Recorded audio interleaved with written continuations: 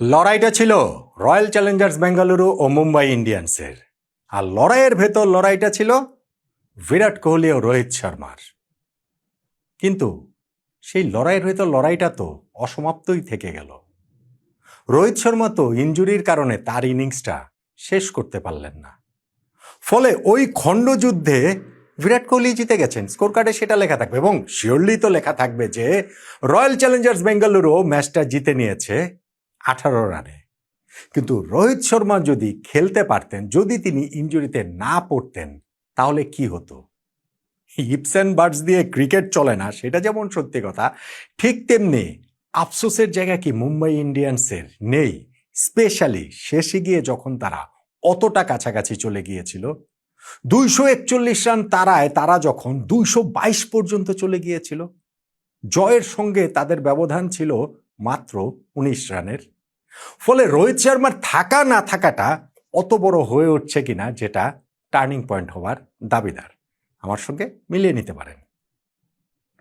বিরাট কোহলি একটা ভালো ইনিংস খেলেছেন, তিনি 50 করেছেন, 37 বলে 50 করেছেন, 38 নম্বর বলে গিয়ে তিনি আউট হয়ে গিয়েছেন। রোহিত শর্মা সেইখানে করেছেন মাত্র 19 রান 13 বলে, একটা ছক্কা মেরেছেন, 2টা 4 মেরেছেন। তবে রোহিত শর্মার ইনিংসটা তো অসমাপ্ত ইনিংস। তিনি যখন 241 টার্গেটে ব্যাটিং করতে নেমছেন রায়ান রিকেলটনকে নিয়ে, ওপেনিং পার্টনারশিপে 5 ওভারের মধ্যেই তারা 50 রান তুলে ফেলেছে। ওই যে হ্যামস্ট্রিং নিয়ে তিনি গিয়ে একটা ঝামেলার মধ্যে পড়ছেন, অনেকক্ষণ ধরে খেলবেন এরকম একটা অবস্থাতে ছিল। শেষ পর্যন্ত 6th ওভারে গিয়ে তাকে রিটায়ার্ড হার্ট হয়ে উঠে আসতে হয় এবং পরে তিনি আর ব্যাটিংয়ে নামার মতো অবস্থায় ছিল না। মানে ক্যারি করার মতো অবস্থায় থাকলে তো ক্যারি করতে নেই রোহিত শর্মা, সেটা আর তিনি করতে পারেনি। ফলে রোহিত শর্মাকে ওই জায়গাটাতে হারানোটা বিরাট বড় সেটব্যাক এই মুম্বাই ইন্ডিয়ান্সের জন্য। আরসিবি গত ম্যাচটাতেও কিন্তু তারা 200+ স্কোর করে সেটা ডিফেন্ড করতে পারেনি রাজস্থান রয়্যালসের বিপক্ষে। পারেনি বৈভব সূর্যবংশী নামে এক বিস্ময় বালকের বিস্ময়কর ব্যাটিংয়ের কারণে। এখন বৈভব সূর্যবংশী তো সূর্য উঠছে কেবল, রোহিত শর্মাদের সূর্য অস্ত যাবার সময় হয়ে গিয়েছে, কিন্তু স্টিল রোহিত শর্মা তো রোহিত শর্মাই। তার ওই অকাল বিদায় ইনজুরির কারণে ওইটা মুম্বাইয়ের জন্য যেমন সেটব্যাক, ওইটা আরসিবির জন্য নিঃসন্দেহে একটা বুস্টার হিসেবে কাজ করেছে। অবভিয়াসলি আজকে তাদের রানটাও অনেক বেশি ছিল। ওই রয়্যাল চ্যালেঞ্জার্স আরআরের বিপক্ষে তাদের স্কোরটা কত 201 করেছিল, এই ম্যাচে তো তারা 240 রান করেছে। চলে যাওয়ার পরে রোহিত শর্মা ওই যেইখানটাতে গিয়ে পাওয়ার প্লেটা তারা শেষ করেছে বিনা উইকেটে 61 রানে, এরপরে গিয়ে তারা দ্রুতই কিন্তু খেই হারিয়ে ফেলে। ওই রায়ান রিকেলটন তিনি আউট হয়ে গেছেন সুয়াস শর্মার প্রথম বলটাতে, সেই ওভারটাতেই তিনি তিলক ভার্মার উইকেটটাও তুলে নেন। ছিলেন উইকেটে তখন ওই সূর্যকুমার যাদব আর হার্দিক পান্ডিয়া, এবং তারা মুম্বাই ইন্ডিয়ান্সের স্কোরটা এগিয়ে নিয়ে যাচ্ছিলেন বটে, কিন্তু আস্কিং রেটটাও বাড়িয়ে ফেলছিলেন ক্রমশ। যেমন 10 ওভার শেষে তাদের স্কোর 2 উইকেটে 99, বাকি 10 ওভারে তো আরও 142 লাগে। ধরেন 12 ওভার শেষে তাদের স্কোর 2 উইকেটে 119, শেষ 8 ওভারে তো তাদের আরও 122 রান লাগে। এই আস্কিং রেটের সঙ্গে পাল্লা দেওয়াটা আসলে কঠিন। যখন আবার এক্সেলারেট করার কথা, সেই সময়টাতে গিয়ে আবার আউট হয়ে গেলেন এই সূর্যকুমার যাদব। তিনি ওই যে তার ওই প্রিয় সুইপ করতে গিয়ে স্কোয়ার লেগ বাউন্ডারিতে ক্যাচ দিয়ে আউট হয়ে গেছেন কত 33 রানে। 40 রান করে হার্দিক পান্ডিয়াও যখন আউট হয়ে যান 15th ওভারে, শেষ 5 ওভারে মুম্বাই ইন্ডিয়ান্সের জয়ের জন্য 94 রান প্রয়োজন পড়ে। এই প্রয়োজনীয়তাটা তারা মেটাবে কিভাবে? শেফরন রাদারফোর্ড ওই জায়গাটাতে একটা ব্রিলিয়ান্ট এফোর্ট দিয়েছিলেন। যদিও মুম্বাই ইন্ডিয়ান জিতবে এরকম অবস্থা কখনোই ছিল না, কিন্তু তারপরও তার যে 31 বলে 71 রানের ইনিংস, তাতে করেই মুম্বাই ইন্ডিয়ান্সের স্কোরটা কিন্তু 222 পর্যন্ত চলে গিয়েছে। শেষ পর্যন্ত তারা হেরেছে মাত্র 18 রানে। রোহিত শর্মা যদি ব্যাটিং করতে পারতেন তাহলে কি হতো? ওই প্রশ্নের জায়গাটা কিন্তু থাকছেই। টার্নিং পয়েন্টের দাবিদারও ওটা প্রবলভাবেই। এবার আসেন আরসিবির ইনিংসটাতে। বলছিলাম যে ভালো একটা ইনিংস খেলেছেন বিরাট কোহলি, কিন্তু কতটা ভালো? 37 বলে 50 গুড, কিন্তু ভেরি গুড না। কেননা তার যে আর 2 ব্যাটসম্যান এই ইনিংসের হিসাব যদি আপনি ধরেন, তার ওপেনিং পার্টনার ফিল সল্ট তিনি তো 50 করেছেন 25 বলে, রাজত পাতিদারের সঙ্গেও কোহলির একটা পার্টনারশিপ হয়েছিল, তিনি তো 50 করেছেন মাত্র 17 বলে। সেইখানে বিরাট কোহলি 37 বলের 50 কিন্তু অত ভালো ইনিংস সেইটা আসলে বলা যাবে না। তারপরেও ফিল সল্টের সঙ্গে তার ওই ওপেনিং পার্টনারশিপ, পাওয়ার প্লেতে 71 রান, 10 ওভারে তারা 115 রান তুলে ফেলেছে।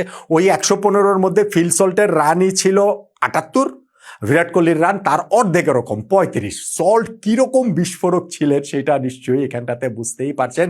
যেমন মিচ সেন্টার্স 5th ওভারে বোলিংয়ে এসেছিলেন, তাকে ওই ওভারে টানা 4টা বলে ফিল সল্ট ছক্কা ছক্কা ছক্কা 4। আবার 8th ওভারে আরেক স্পিনার বোলিংয়ে এসেছিলেন মার্কান্ডে, তাকে টানা 4টা বলে 4 4 4 ছক্কা।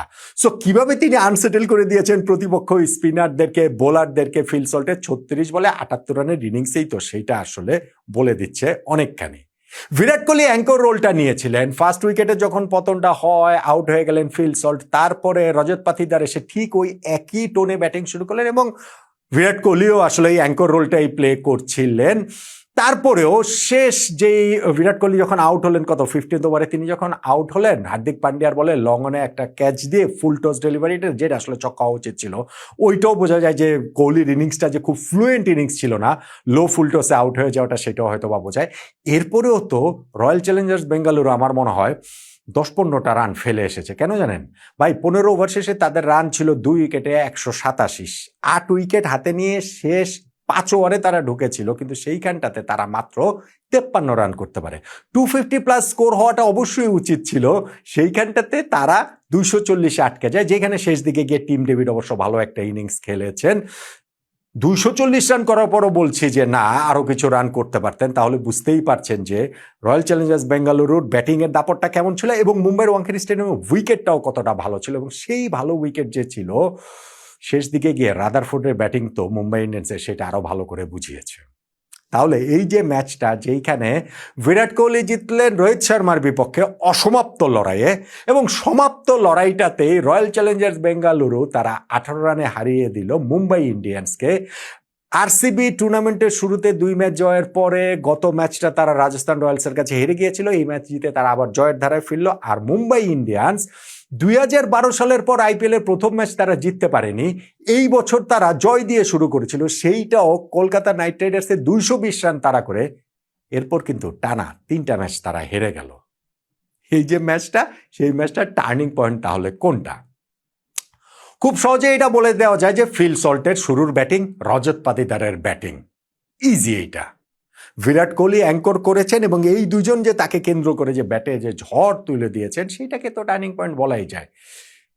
কিন্তু আমি ওই যে শুরুতে বলেছিলাম ক্রিকেট ইফস অ্যান্ড বাটসে চলে না, কখনো কখনো মনে হয় যে না, তারপরও যদি ওরকম হতো তাহলে কি হতো। সেই কারণে আমার টার্নিং পয়েন্ট আসলে ওই ইনজুরির কারণে রোহিত শর্মার মাঠ থেকে বেরিয়ে যাওয়াটাই। স্পেশালি যদি এই ম্যাচটা মুম্বাই ইন্ডিয়ান্স ধরেন 50 রানে হেরে যেত, তাহলে আমি এটা বলতাম না। ভাই শেষে গিয়ে তারা মাত্র 18 রানে হেরেছে। হ্যাঁ, শেষ দিকে গিয়ে আরসিবির বোলারদের উপরে প্রেশার ছিল না, শেষ দিকে গিয়ে রাদারফোর্ডের যে এফোর্টটা, সেইটাতেও বোঝা যাচ্ছিল যে ফাইনালি গিয়ে জিততে পারবে না, লাস্ট 5 ওভারে 94 রান হয় নাকি। বাট স্টিল ব্যবধানটা যখন মাত্র 18 রানের, 240 তারা করে যখন তারা 222 পর্যন্ত চলে গিয়েছে, তখন মনে হয় যে যদি রোহিত শর্মা থাকতেন, যদি তার ইনজুরি না হতো, তাহলে মুম্বাই ইন্ডিয়ান্স এই ম্যাচটা জিতলেও জিততে পারত। রোহিত শর্মার ইনজুরিটাই তাই আমার কাছে এই ম্যাচের টার্নিং পয়েন্ট, যদিও জানি আপনারা অনেকেই এর সঙ্গে একমত।